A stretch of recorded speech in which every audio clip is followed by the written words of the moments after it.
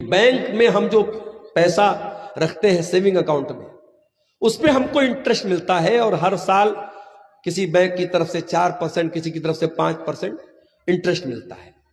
اس پیسے کا ہم کیا کریں، یہ ایک سوال آتا ہے۔ کچھ علماء نے تو یہ کہا کہ اس پیسے کو ہمیں چھونے کی ضرورت نہیں ہے، وہ پیسہ ہمارا نہیں ہے۔ ہم نے 1 لاکھ روپیہ بینک میں جمع کیا، ہمارا 1 لاکھ روپیہ، 1 لاکھ پر جو انٹرسٹ آ رہا ہے بینک جانے، بینک کا کام جانے، ہمیں اس سے کوئی مطلب نہیں۔ مگر یہ جواب پریکٹیکل نہیں ہے، کیونکہ پیسہ آپ کے اکاؤنٹ میں آتا ہے۔ اگر آپ اس پیسے کو اکاؤنٹ میں چھوڑے رہیں گے تو اور بیاج آئے گا، بیاج پر بیاج آئے گا، اور وہ پیسہ بینک میں رہے گا، بینک اس کو یوز کرے گا، بینک اور اس سے بیاج کمائے گا۔ تو صحیح بات تو یہ ہے کہ اس پیسے کو ہمیں استعمال کرنا ہے۔ اب کہاں استعمال کرنا ہے، یہ ایک مسئلہ ہے۔ کچھ علماء نے یہ کہا اس کو پبلک ویلفیئر کے کام میں لگا دینا چاہیے، لوگوں کے عام استعمال میں، جیسے راستہ بن رہا ہے، گلی بن رہی ہے، روڈ بن رہا ہے، وہاں پہ وہ پیسہ لگا دیا جائے۔ کہیں لیٹرین بن رہا ہے، شوچالے بن رہا ہے، وہاں لگا دیا جائے۔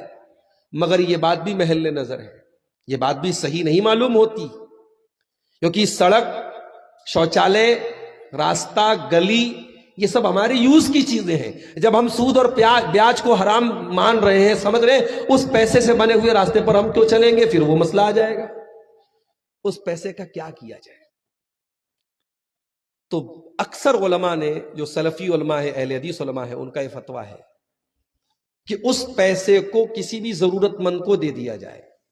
کوئی بھی غریب آدمی ہے، ضرورت مند آدمی ہے، اور اس کے پاس اپنی ضرورت پوری کرنے کا کوئی ذریعہ نہیں ہے، اس کو ہم سود کی رقم دے سکتے ہیں، چاہے وہ مسلمان ہو چاہے وہ غیر مسلم ہو۔ اب یہاں پر پھر ایک سوال پیدا ہوتا ہے کہ جب وہ پیسہ ہمارے لیے حرام تھا تو اپنے مسلمان بھائی کو ہم کیسے دے سکتے ہیں؟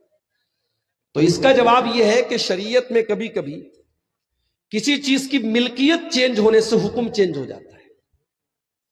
پیسہ ہمیں بینک میں اکاؤنٹ میں ملا، انٹرسٹ کے طور پہ ملا، بیاج کے طور پہ ملا، ہمارے لیے وہ پیسہ حرام تھا اور حرام ہی رہے گا۔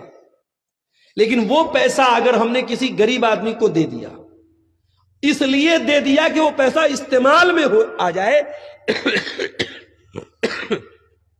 وہ پیسہ اگر بینک میں رہے گا تو بینک اس کو یوز کرے گا، ہو سکتا ہے غلط جگہوں پر یوز ہو، ہمارے اور آپ کے خلاف یوز ہو، تو بینک میں چھوڑنا بھی ٹھیک نہیں ہے، اور پیسے کو اپنے اوپر استعمال کرنا بھی ٹھیک نہیں، کیونکہ وہ بیاج کا پیسہ ہے۔